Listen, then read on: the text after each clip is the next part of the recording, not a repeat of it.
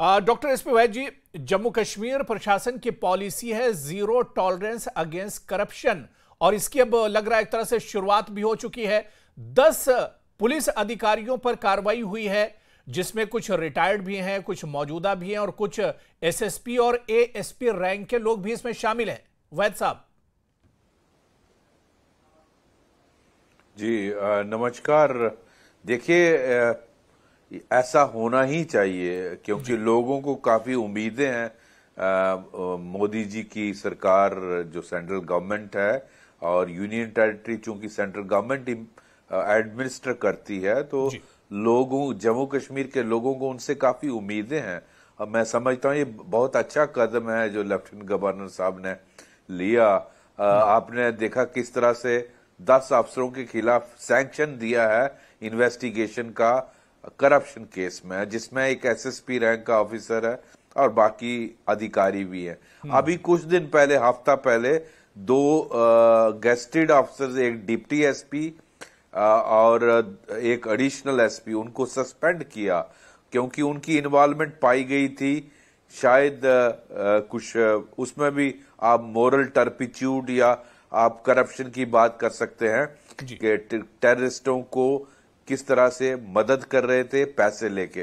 तो ये दोनों कदम मैं बहुत अच्छे समझता हूं। एक क्लियर मैसेज आता है कि अगर आप नेशनल सिक्योरिटी से या आप मॉरल टर्पिट्यूड करोगे, गलत काम करोगे, पैसे का लोगों से लेन देन करोगे तो आपको बख्शा नहीं जाएगा। तो एक बहुत अच्छा संदेश एडमिनिस्ट्रेशन में जाता है और मैं उम्मीद करता हूं आगे भी लेफ्टिनेंट गवर्नर की गवर्नमेंट इसी तरह कार्रवाई करती रहेगी अगर कोई भी पाया जाए। लेकिन सिर्फ पुलिस पर फोकस नहीं होना चाहिए, मैं समझता हूं हर महकमे पर नजर रहनी चाहिए। देखिए काफी सुधार है, इसमें कोई शक नहीं, लेकिन अगर कोई ये कहेगा कि 100% करप्शन फ्री हो गया, वो नहीं है। इसलिए विजिलेंस जो हमारा डायरेक्टरेट ऑफ विजिलेंस है उनको भी बहुत नजर रखनी चाहिए, पैनी ग्राउंड में लोगों से टच में रहना चाहिए और लोगों जब तक लोगों से राब्ता नहीं हो तो आपको पता नहीं चलता कि कहाँ करप्शन हो रहा है। तो मैं समझता हूँ ये बहुत अच्छा कदम है और लेफ्टिनेंट गवर्नर साहब को मैं मुबारकबाद का हकदार समझता हूं। तो बिल्कुल एक सख्त पैगाम देने की कोशिश की गई है ऐसे लोगों के खिलाफ जो भ्रष्टाचार में लिप्त हैं या जो अभी भी करप्शन से एक तरह से जुड़े हुए हैं। मैं रविंदर शर्मा जी आपके पास आना चाहूंगा, किस तरह से सरकार के इस कदम को आप देखते हैं? 2018 के बाद आप एनसीआरबी का डेटा उठाकर देखिए तो लगातार करप्शन के जो मामले हैं उनमें जम्मू कश्मीर में एक तरह से कमी देखी गई है।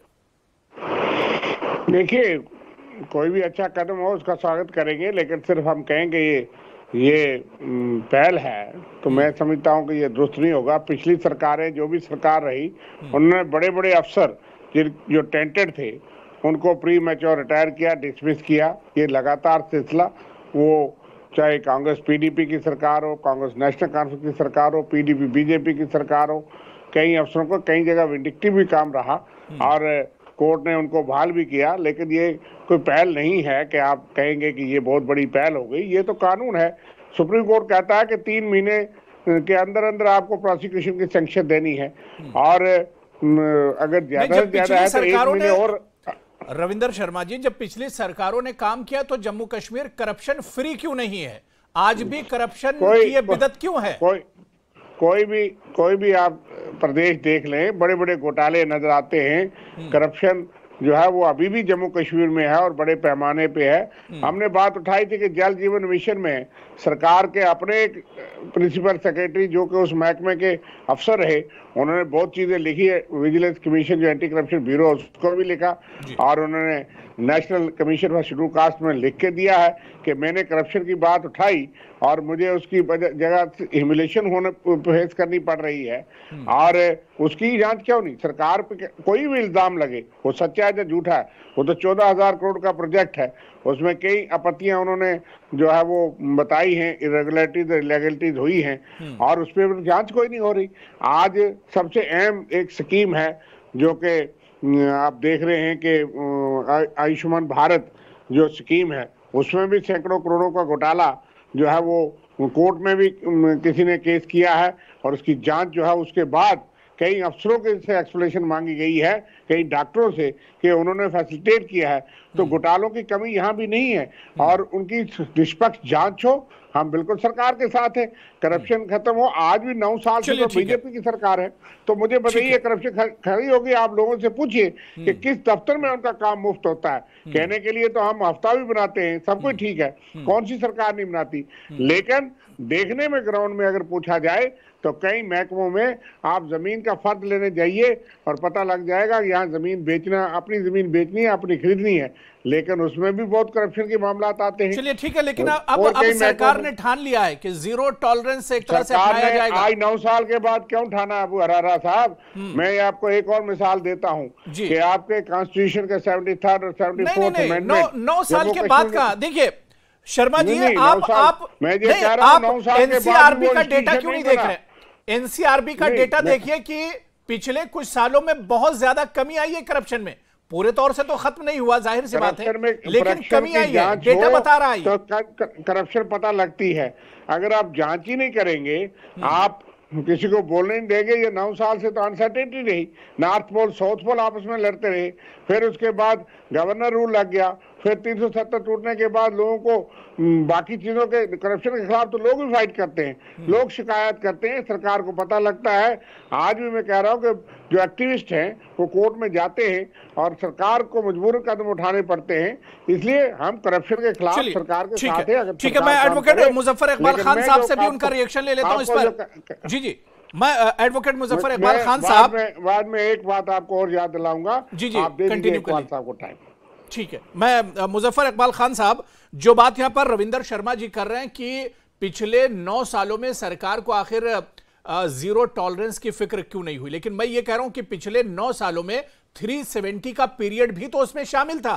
370 में भी तो करप्शन होता था, और अब 370 हटने के बाद अब इस पर कार्रवाई हो रही है। और जो डेटा है एनसीआरबी का, वो ये बता रहा है कि जम्मू कश्मीर में साल 2018 के बाद करप्शन के मामलों में कमी आई है। मुजफ्फर साहब, अबू हुरैरा साहब, करप्शन में कमी नहीं आई है जी।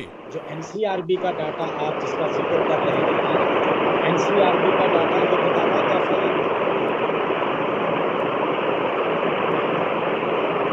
नॉइज बहुत ज्यादा, जरा सा देख लीजिए जी।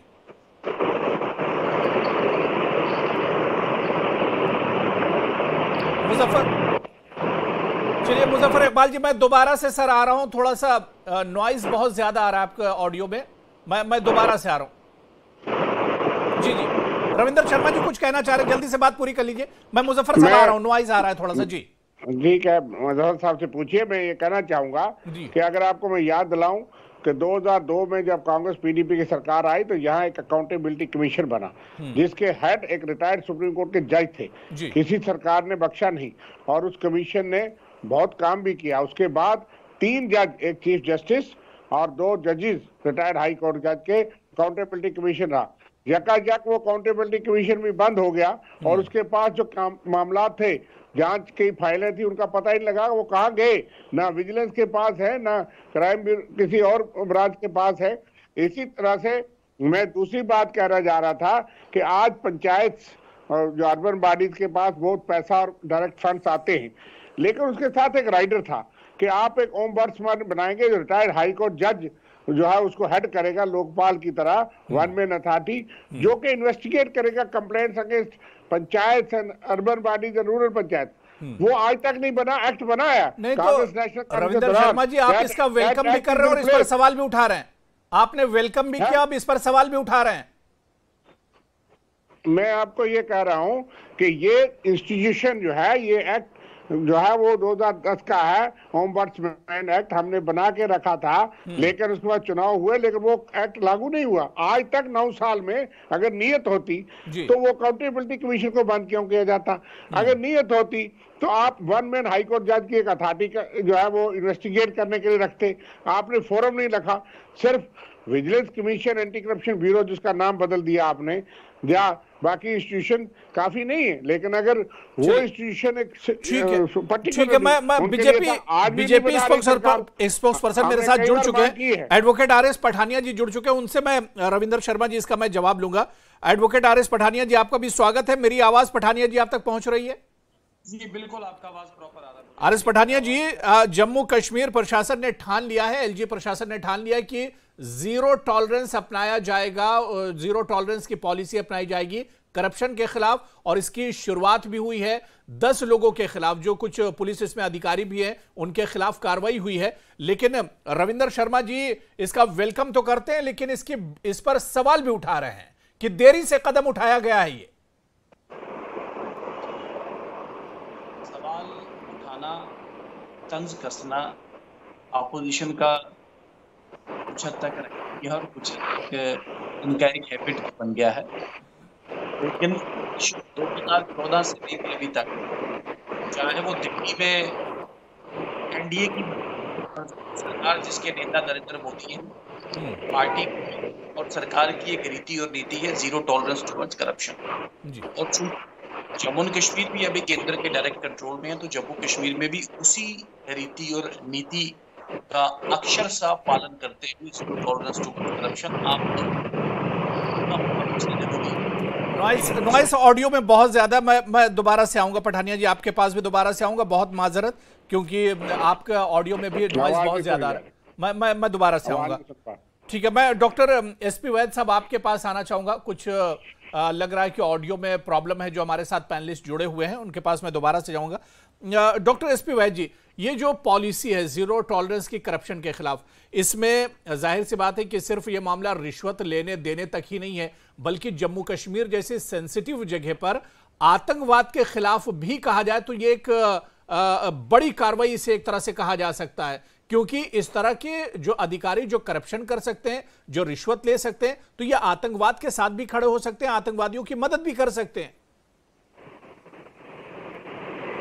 बिल्कुल अबू जी, ऐसा है कि इसका लिंकेज बिल्कुल टेररिज्म से भी है, क्योंकि आप जानते हैं जिस तरह के हालात पिछले 30-35 सालों से जम्मू कश्मीर में रहे हैं, उसमें टेररिज्म एक मेन स्टे है या एक मेन एक्टिविटी है जम्मू कश्मीर में, और उसको पुलिस और मैजिस्ट्रेसी और सिक्योरिटी फोर्सेस डील करती हैं। और उसमें जब अगर आप नॉर्मल एक आम इंसान से करप्शन पैसे का कर सकते हैं, तो इसमें कोई शक नहीं कि वो टेररिज्म से नहीं लेगा, ड्रग से नहीं लेगा, या आप अगर एडमिनिस्ट्रेशन से हो तो आप किसी टेररिस्ट को वारंट इशू करने में डिले करेंगे, आप किसी का इस तरह की टेररिस्ट को किसी तरीके से मदद करने में आप उसका पैसे की कंसिडरेशन में कर सकते हैं। तो ऐसे मामले अगर कहीं भी नोटिस में आते हैं, उनके खिलाफ सख्त से सख्त कार्रवाई, क्योंकि ये नेशनल सिक्योरिटी से लिंक्ड है। तो मैं समझता हूं ऐसा अगर कोई भी करता है जो कंप्रोमाइज करता है नेशनल सिक्योरिटी को, ऐसा और टेररिस्टों की मदद करता है या ओवरग्राउंड वर्कर्स की मदद करता है, उसके खिलाफ सख्त कार्रवाई होना जरूरी है, देश के लिए, रियासत के लिए और हमारे लोगों के लिए। और यही चीज जम्मू कश्मीर के लोग चाहते हैं। और आप देखें जो भी सरकारें मैंने पिछले 35 सालों में देखा जिन्होंने करप्शन के खिलाफ कार्रवाई की, उनको काफी लोगों से सपोर्ट या पॉपुलैरिटी मिली। और ये जो कदम आप जिनको हाईलाइट कर रहे थे पिछले कुछ दिनों से लेफ्टिनेंट गवर्नर की यूनियन टेरिटरी गवर्नमेंट ने ये किया है, इससे बहुत अच्छा रिस्पांस लोगों में आएगा। बिल्कुल। मैं मुजफ्फर इकबाल खान साहब आपके पास आना चाहूंगा, क्योंकि आपका जवाब नहीं ले पाया था, थोड़ी सी प्रॉब्लम थी। मेरी आवाज आ रही है मुजफ्फर इकबाल खान साहब? जी हाँ आ रही है जी। अब आपकी आवाज भी ठीक आ रही है। जो बात यहां पर इससे पहले पैनलिस्ट ने कही, रविंदर शर्मा जी ने कही कि इसमें देरी हुई, लेकिन मैं ये समझ रहा हूं कि चाहे नेशनल कॉन्फ्रेंस हो, चाहे कांग्रेस हो, चाहे पीडीपी हो, सबकी सरकारें रही हैं। फिर इसमें देरी का सवाल क्या है कि अब यह कदम उठाया गया? अबू हरेरा साहब, आपने कहा कि जो क्राइम रिपोर्ट है जी, उसमें बहुत कम केसेस आए हैं। उसका मतलब ये नहीं कि करप्शन कम हुई है। मैं जो कह रहा था, करप्शन आज भी रैम्पेंट है, यहाँ कम नहीं हुई है, बहुत बढ़ोतरी हुई है। उसका आपको पता चलेगा जब आप कभी तहसील ऑफिस, थाना में, किसी भी बीडीओ ऑफिस, डीसी ऑफिस किसी में जाओगे ना, वहां जाकर एहसास होता है। और इस तरह मैं नहीं कहता कि ये अच्छा कदम है, इससे एक मैसेज जाएगा, जिस तरह अभी वैद साहब कह रहे थे कि पब्लिक में एक मैसेज जाएगा। मैं आपको हकीकत ये बताऊं कि आज की डेट में it was free for all. आप कंप्लेंट करो, आप किसी अफिसर के बारे में शिकायत करो, उसको पैसा जब तक नहीं दोगे, शिकायत कोई सुनता नहीं आज की तारीख में। और ये मैं नहीं कहता कि ये गलत हुआ, बहुत अच्छा हुआ, मैं इसकी सराहना करता हूं कि करप्शन पर रोक लगनी चाहिए। लेकिन ये कहना कि जी करप्शन यहाँ कम हुई है इन पिछले 3-4 सालों में, तो ये सरासर गलत है और ज्यादती है लोगों के साथ। करप्शन बढ़ी है, और अगर और ये सिलसिला तो 370 से पहले से चला आ रहा है। मतलब ये नहीं कि जब 370 था तब भी यही सिलसिला था, करप्शन तब भी था।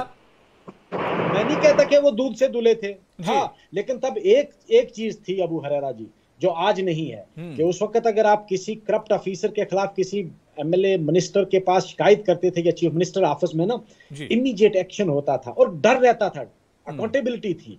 आज वो डर नहीं है। करप्शन मैं नहीं कहता कि करप्शन उस वक्त नहीं थी और आज है या आज कम हुई है, आज बढ़ी है करप्शन।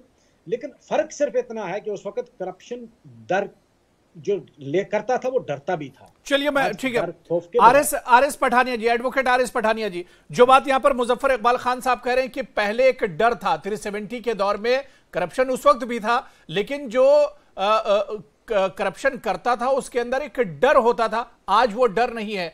आप जीरो टॉलरेंस पॉलिसी जरूर बना रहे हैं, लेकिन डर नहीं है।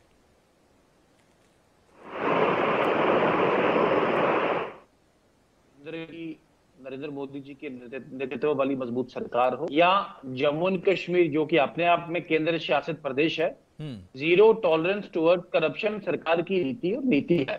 डर पहले नहीं था कि धारा 370 हमें पूछने नहीं कोई आएगा। ये तो नीति रही जम्मू कश्मीर में राजनेताओं की, यहाँ पे सीएजी ना आए, कंट्रोलर ऑडिटर जनरल ना आए, यहाँ पे अकाउंटेंट जनरल का पीएजी का जिसे कहते हैं जुरिस्डिक्शन ना हो, यहाँ पे सेंट्रल विजिलेंस कमीशन का जुरिस्डिक्शन ना हो, सीबीआई यहाँ नहीं आए, ईडी यहाँ पे नहीं आए। तो ऐसा नहीं है। मेरा करप्शन जो है, मुजफ्फर इकबाल साहब ने जो कहा है, ये एक नेशनल एक ईवल है। लेकिन वर्ष 2014 से लेकर अब तक और विशेषकर 5 अगस्त 2019 के बाद जम्मू कश्मीर में जो स्टेप्स, जो कदम सरकार ने उठाए वो वाकई सराहनीय हैं। आज पहले नहीं, फिर ये करप्शन खत्म क्यों नहीं हुआ? करप्शन खत्म क्यों नहीं हुआ? जो सवाल रविंदर जी ने उठाया था कि 9 साल हो गए, 9 साल में करप्शन खत्म क्यों नहीं हुआ? अब आपको इस पर कार्रवाई करने की जरूरत क्यों पड़ रही है? जी देखिए, मैंने कहा कि corruption is a national evil, लेकिन इस करप्शन की रोकथाम करने के लिए भारत सरकार की ओर से और खासकर जम्मू कश्मीर में एलजी प्रशासन की ओर से केंद्र सरकार के एक नेतृत्व में जो कदम उठाए गए वाकई कारगर हैं। चलिए ठीक है, कुछ ऑडियो में अभी भी प्रॉब्लम आ रहा है। रविंदर शर्मा जी आपसे सहमत नहीं, जवाब दे रहे हैं। रविंदर शर्मा जी जवाब दे रहे हैं। पुलिस वाला रविंदर शर्मा जी आप जवाब दे सकते हैं, बीच में बोल सकते हैं आप। सेंक्शन है बार-बार रियासती हाईकोर्ट में। अबू हरारा साहब, एक बात मुझे आपसे करनी है कि आपने थोड़ा सा मुझे मिसकोट किया कि देरी करने के लिए। मैंने तो आपको 2002 से आगे इतिहास शुरू किया, मैं इनको नहीं कह रहा। पठानिया जी की बात अलग है, ये भी कहेंगे छाती ठोकेंगे, लेकिन मैंने आपको ये नहीं कहा कि देरी हुई। लेकिन इनका साल भी 9 हो गए और इनके साल में जितने रिक्रूटमेंट स्कैम हुए, इतिहास में इतने स्कैम नहीं हुए और सारी लिस्टें रद्द हो गई। आप देख लीजिए रिक्रूटमेंट की। मैंने कहा जल जीवन मिशन में बहुत बड़ा घोटाला सामने आ रहा है जिसकी कोई जांच नहीं हो रही। बताए सरकार कि नहीं हुआ घोटाला, लेकिन यह है कि एक बहुत बड़ा एलिगेशन है। सेहत जो स्कीम है आपकी, बहुत बड़ी इंश्योरेंस का बहुत बड़ा स्कैम है जिसके लिए कोर्ट में भी मैटर चल रहा है, कोर्ट ने पूछा है और उसके बाद सरकार जागी है। और मैंने कहा कि अकाउंटेबिलिटी कमीशन से कई कदम उठाए गए, कई अफसर डिसमिस किए। करप्शन अपोजिशन कहां इसके खिलाफ सड़कों पर उतर रहा है? अपोजिशन इसके खिलाफ सड़कों पर कहां उतर रहा है? आप अपनी कुर्सी बचाने के लिए, अपनी सियासत बचाने के लिए सड़कों पर उतर रहे हैं, लेकिन अगर करप्शन हो रहा है तो उसके खिलाफ अपोजिशन की जिम्मेदारी क्या बनती है? जो अपोजिशन का सड़क पर उतरेगा वो जेल में होगा। दूसरे दिन खिलाफ हम तमाम डिस्ट्रिक्ट हेडक्वार्टर हमारे प्रेस चल रहे हैं, लेकिन सरकार प्रेस से मत नहीं होती। सरकार ने कोई कदम नहीं उठाया, कोई जांच आयोग नहीं बिठाया। तो क्यों? इतना बड़ा एलिगेशन पब्लिक डोमेन में है, कोर्ट में है, एससी कमीशन के पास पूरी पावर है कोर्ट की, लेकिन आपने क्यों नहीं उठाया? उन अफसरों के खिलाफ उनको साइडलाइन तो किया होता। रादर उसी कार्रवाई तो हुई है, कार्रवाई तो हुई है। लगातार 2 दिन पहले कार्रवाई हुई 2 अफसरों के खिलाफ, 10 अफसरों के खिलाफ फिर कार्रवाई हुई है। तो कार्रवाई तो हुई है, शुरुआत तो हुई है इसकी। यहाँ रिटायर्ड डीजीपी आपके बैठे हैं, मैं 2 बातों से सहमत नहीं हूँ।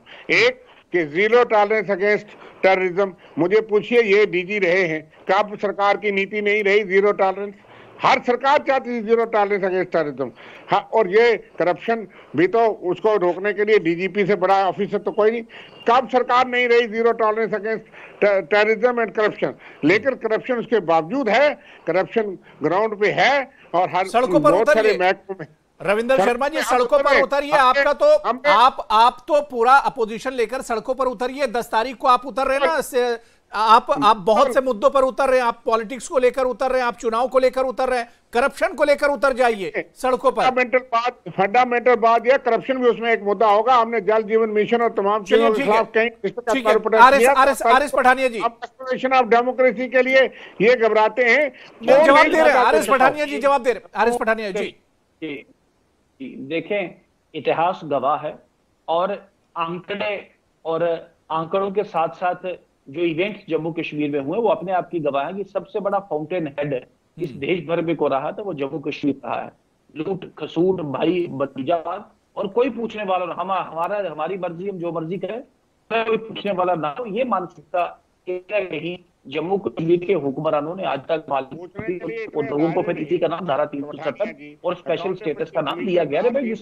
जिसे हाथ कंगन को आरसी जिसमें को टेढ़ी बात थी उसने। चलिए ठीक है, अब एक शुरुआत हुई है, सभी ने इसका वेलकम किया है, सभी ने इसका वेलकम किया। एक शुरुआत हुई है क्योंकि थोड़ा सा ऑडियो में प्रॉब्लम आ रही है, ऑडियो में थोड़ा सा प्रॉब्लम आ रही है, मैं सभी से माजरत चाहता हूं, लेकिन एक शुरुआत हुई है सरकार की तरफ से, एडमिनिस्ट्रेशन की तरफ से, प्रशासन की तरफ से। अब देखना यह बहुत अहम होगा कि यह सिलसिला थमे ना, बल्कि यह सिलसिला इसी तरह से चलता रहे और जीरो टॉलरेंस पॉलिसी की जो बात करप्शन के खिलाफ की जा रही है, यह सिलसिला अगर चलता रहेगा तो आने वाले दिनों में जम्मू कश्मीर करप्शन फ्री हो जाएगा और जो भ्रष्टाचारी हैं उनके सामने भी सवालिया निशान लग जाएगा।